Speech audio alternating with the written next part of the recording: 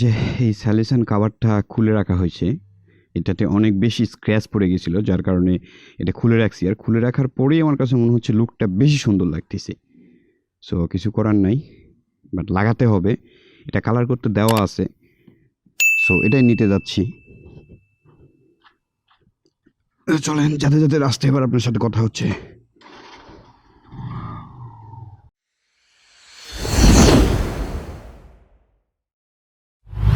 So hello beautiful people, আশা না বিশ্বাস সবাই অনেক ভালো আছেন, অ্যান্ড আমিও ভালো আছি, ভালো থাকার চেষ্টা করে যাচ্ছি।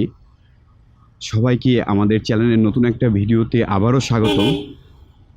অ্যান্ড আপনারা যদি এখনও আমাদের ইউটিউব চ্যানেলটা সাবস্ক্রাইব করে না থাকেন, তাহলে অবশ্যই চ্যানেলটা সাবস্ক্রাইব করে পাশে থাকা বেল বাটনটা অন করে দেবেন, যাতে করে আমাদের পরবর্তী ভিডিও সবার আগে পৌঁছে যায় আপনার কাছে।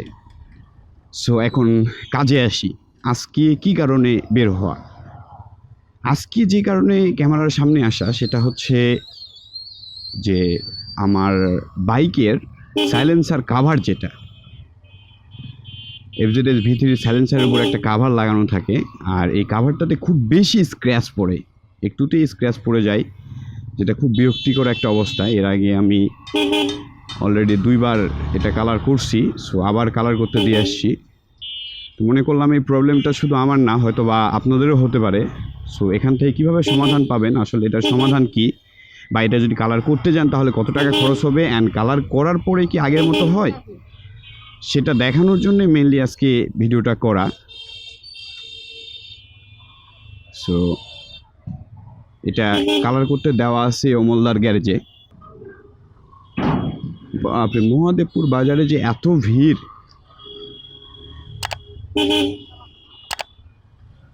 যেটা বলছিলাম, আমি মহাদেবপুরে সাধারণত 2টা গ্যারেজ থেকে কাজ করি, বাইক সার্ভিসিং করি।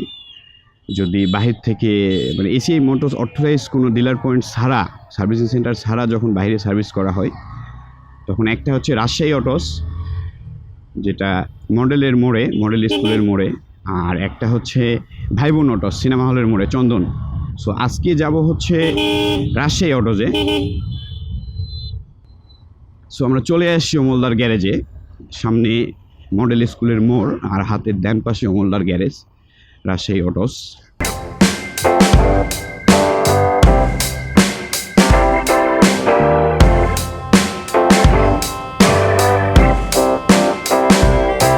দাদা ভালো আছেন?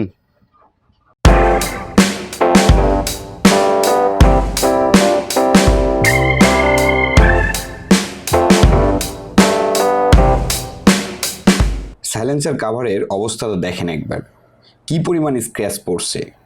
গতকাল এসে এটা খুলে দিয়ে গেছিলাম কালার করার জন্য। আপনার কাছে যদি কালার করা প্যারা মনে হয় তাহলে চেঞ্জ করে নিতে পারেন, যদি আমার মতো গরিব মানুষ না হয়ে থাকেন। বিকজ অফিসিয়ালি ইয়ামাহার স্পেয়ার পার্টসের যে দাম রে ভাই, কি আর বলবো, বড়লোকসদের বাইক ইয়ামাহা। তবে কাভার ছাড়াই মনে হচ্ছে দেখতে বেশি সুন্দর লাগতেছে। সো কালার করার পরে কেমন হয়েছে চলেন একটু দেখি। কালার করার পর কোনোভাবেই বোঝার উপায় নেই যে এটাতে আগে কোনো দাগ ছিল বা স্ক্র্যাচ ছিল বা কালার করা হয়েছে, একদম নিউয়ের মতোই লাগছে।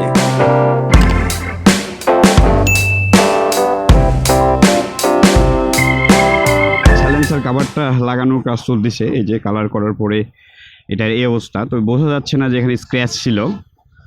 আর সঞ্জয় কাজটা করতেছে, অমলদার গ্যারেজে আসলে আপনারা সঞ্জয়কে পেয়ে যাবেন। কাজ শেষ লাগানোর, এখন অনেক সুন্দর লাগতেছে। তবে অবশ্যই আপনার কমেন্ট বক্সে জানাবেন যে কাভার ছাড়া ভালো লাগতেছিল না কাভার সহ ভালো লাগতেছিল। ঠিক আছে ভাই, আগালাম তাহলে।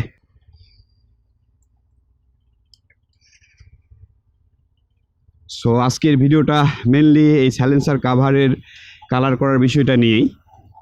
আর এটা কালার করতে আমার খরচ হয়েছে 350 টাকা, অ্যান্ড লাগানোর জন্য দিলাম 50 টাকা। তার মানে টোটাল 400 টাকা কস্টে আমার এটা কমপ্লিট হয়ে গেছে। আর চেঞ্জ করতে গেলে মেবি অনেক টাকা লাগতো। আর একটা রিকোয়েস্ট, আপনারা যদি এখনও আমাদের ইউটিউব চ্যানেলটা সাবস্ক্রাইব করে না থাকেন, তাহলে একটু রিকোয়েস্ট, সবার কাছে আপনাদের কাছে রিকোয়েস্ট, আমাদের চ্যানেলটা সাবস্ক্রাইব করে পাশে থাকা বেল বাটন অন করে দেবেন। সবাই ভালো থাকবেন, সুস্থ থাকবেন, টাটা।